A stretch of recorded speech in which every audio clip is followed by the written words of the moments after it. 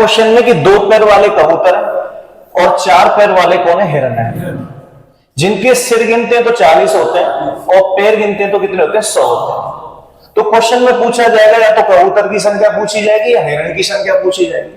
तो आपको क्या करना है, जब भी अगर परीक्षा की दृष्टि से फटाफट आंसर लेना है तो आपको क्या करना है? सिरों का दुगना करना है, 40 का दुगना, माइनस पैरों का क्या करना है? आपको आधा करना है। तो ऐसा करने से पैर कितने आपके? 100 का आधा कितना? 50। तो जो 30 जो आएगा वो किसकी संख्या होगी? आपके कबूतर की संख्या होगी। टोटल हेड कितने थे? 40। 40 में से 30 कबूतर हो गए तो 10 आपके कौन बचेंगे? हिरन बचेंगे। एक तो आप ऐसे कर सकते हैं फटाफट परीक्षा की दृष्टि से। दूसरा तरीका आप इसे, जैसे मान लीजिए टोटल आपके जानवर कितने थे? 40। भाई सिर तो सबके 40 एक ही होंगे तो 40 आपके जानवर हो गए।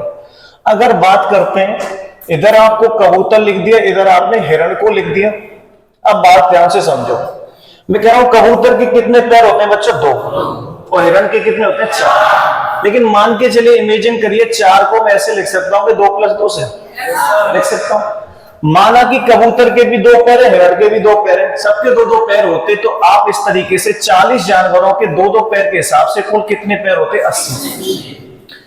लेकिन हमारे पास पैर कितने? 100 में से 80 पैर घटा दिए, अभी भी 20 पैर एक्स्ट्रा बचे कि नहीं बचे? ये 20 पैर किसकी वजह से बचे? हिरण का कितना बच रहा है? 2। एक हिरण का 2 बच रहा है, तो एक हिरण के 2 पैर के हिसाब से बच रहे हैं 20 पैर। तो 2 से 20 को काटा तो हिरण का मान कितना आया मेरे लाल? 10।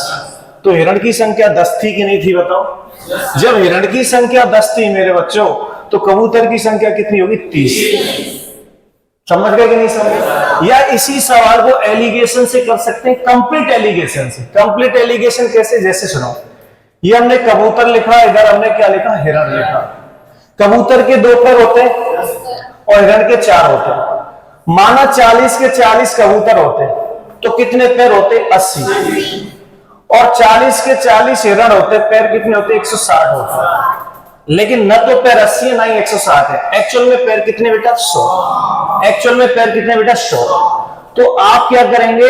इसमें से ज्यादा में से कम घटा दें। एलिगेशन का मीन्स क्या होता है? ज्यादा में से कम को करना, यानी ज्यादा वाले से लेना और कम वाले को देना। इसी को क्या कहते हैं? एलिगेशन कहते हैं। तो 160 में से जब 100 घटेगा तो कितना? 60। 100 में से 80 20। तो इसको रेशियो बदला 1 और 3 के में। आप जानते हैं 1 और 3 का रेशियो टोटल कितना होगा? 4। जिसके रेस्पेक्ट में वैल्यू लिखी जाती है उसी का मान बताते हैं। तो किसके रेस्पेक्ट में लिखी जा रही है? जानवर के रेस्पेक्ट में। तो टोटल मेरे कितने जानवर यूनिट है? 4 यूनिट जानवर है, लेकिन मेरे एक्चुअल में कितने जानवर है? 40। तो 1 यूनिट कितना कमाता है? 10। तो अगर कबूतर की संख्या पूछे, जब 1 यूनिट 10 कमाता है तो 3 कितना कमाएगा? 30। और हिरण की बात करते हैं तो 1 यूनिट 10 कमाता है तो 1 कितना कमाएगा? 10। तो हिरण 10 थे कि नहीं थे? एक तो ये कंप्लीट एलिगेशन हो गया। अगर इसे आप और तरीके से एलिगेशन लगाएं तो ऐसे दूसरे तरीके से भी एलिगेशन लगा सकते हैं, जैसे का से कबूतर और ये हिरण। कबूतर के 2 पैर और हिरण के कितने बेटा? 4। मुझे एक बात बताओ, टोटल आपके पास पैर कितने थे? 100। और टोटल जानवर कितने थे? 40। तो एवरेज निकालने के लिए कुल जानवरों के पैरों की संख्या बटे कुल जानवर, तो एवरेज निकल आएगा। तो 0 से 0 काटा, 2 से इसको 2 बार काटा, 2 से इसको 5/2 बार, यानी 5/2। क्या गया बेटा? 5/2 का मतलब 2.5। 5/2 का मतलब क्या लिख सकते हैं? 2.5। अब 4 में से 2.5 घटाएंगे बेटा, कितना आएगा? 1.5। 2.5 में से 2 घटाया, कितना आया? 0.5। एक अंक बाद पॉइंट है, पॉइंट से पॉइंट खत्म हो गया। 5 एकम 5 और 5 3 15। 3:1 हो गया बेटा। 3:1 टोटल कितना? 4 यूनिट है। और 4 यूनिट किसको दिखा रहा है बेटा?